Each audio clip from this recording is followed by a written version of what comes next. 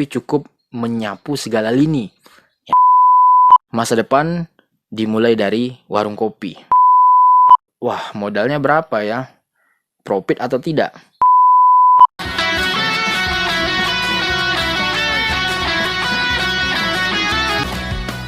Assalamualaikum warahmatullahi wabarakatuh. Selamat malam. Hai, apa kabar teman-teman? Berjumpa lagi bersama saya di channel Tukang Kopi dengan Gedir Irawan. Tentu saja hari ini, di edisi kali ini, kita akan bincang-bincang sedikit dan berbicara tentang bagaimana kiat-kiat membangun sebuah bisnis kopi ataupun membangun sebuah kedai kopi.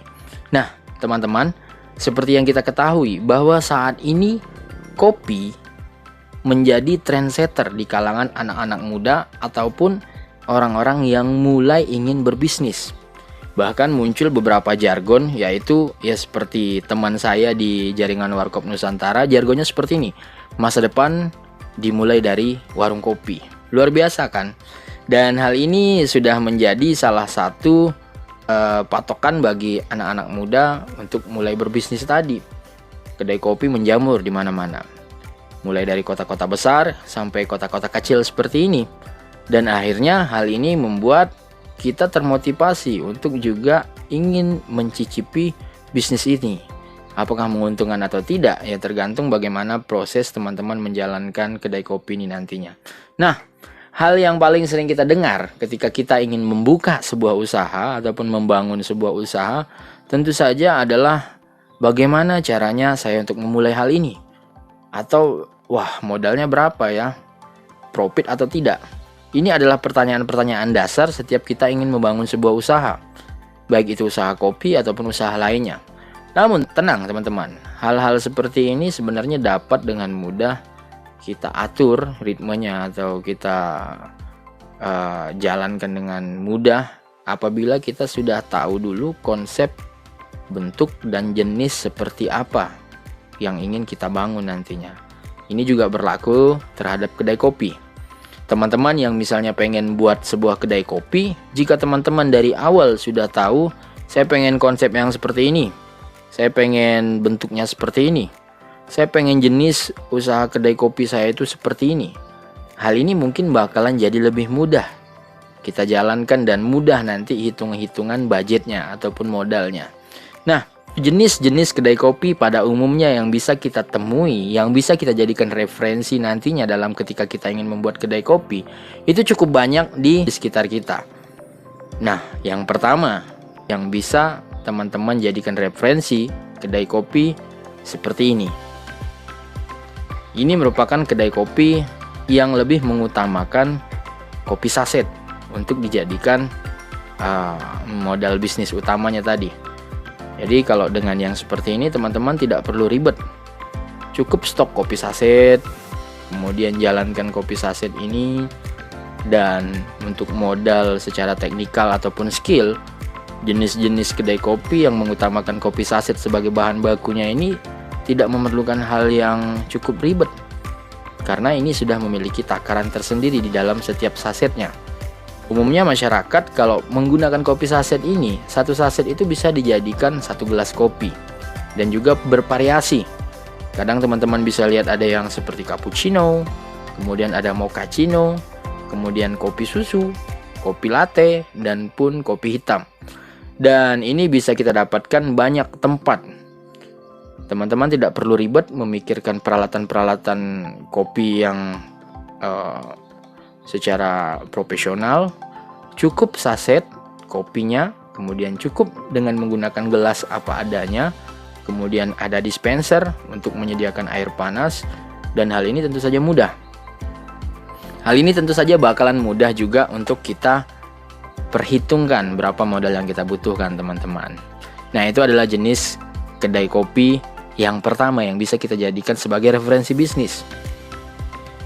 Kemudian untuk yang kedua yang biasanya juga kita temukan, yaitu kedai tradisional brewing.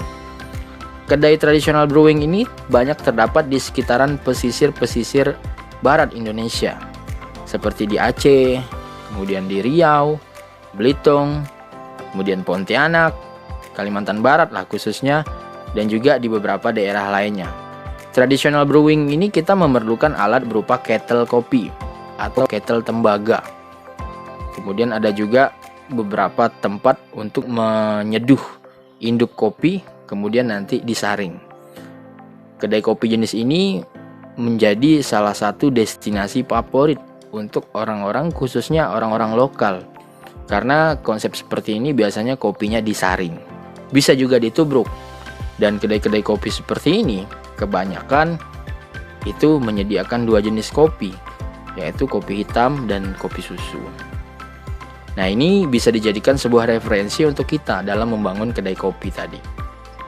Kemudian jenis ketiga, teman-teman bisa lihat yang satu ini, yaitu kedai kopi yang menyediakan konsep manual brewing.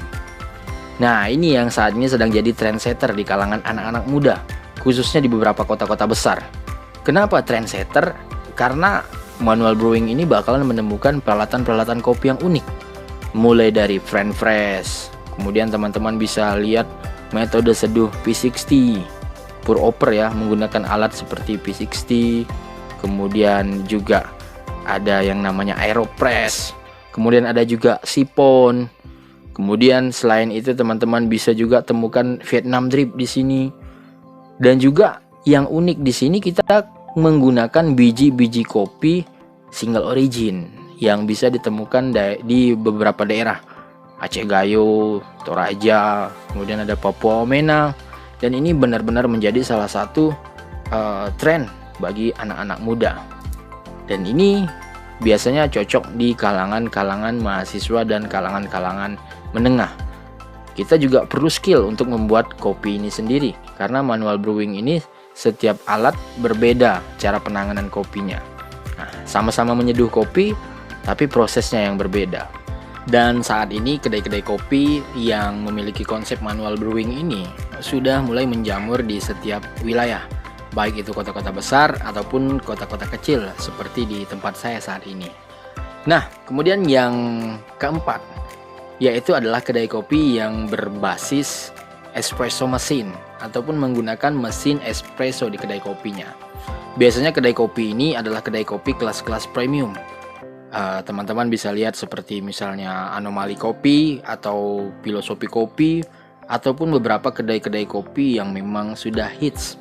Dan kedai kopi yang menggunakan espresso mesin biasanya adalah kedai kopi yang peralatan-peralatan untuk menyeduh kopi, maksud saya itu pastinya menggunakan peralatan-peralatan yang cukup menguras kantong lah. Mesin kopi itu sendiri misalnya ada yang seperti La Marzocco, kemudian merek-merek seperti Simonelli, merek-merek seperti VBM, biasanya ada juga beberapa alternatif. Misalnya seperti DeLonghi, atau misalnya seperti beberapa merek yang saat ini Perati Pero. Jadi lumayan cukup banyak lah. Dan kedai-kedai kopi espresso mesin ini juga biasanya menggunakan biji-biji kopi ataupun single origin sebagai base-nya.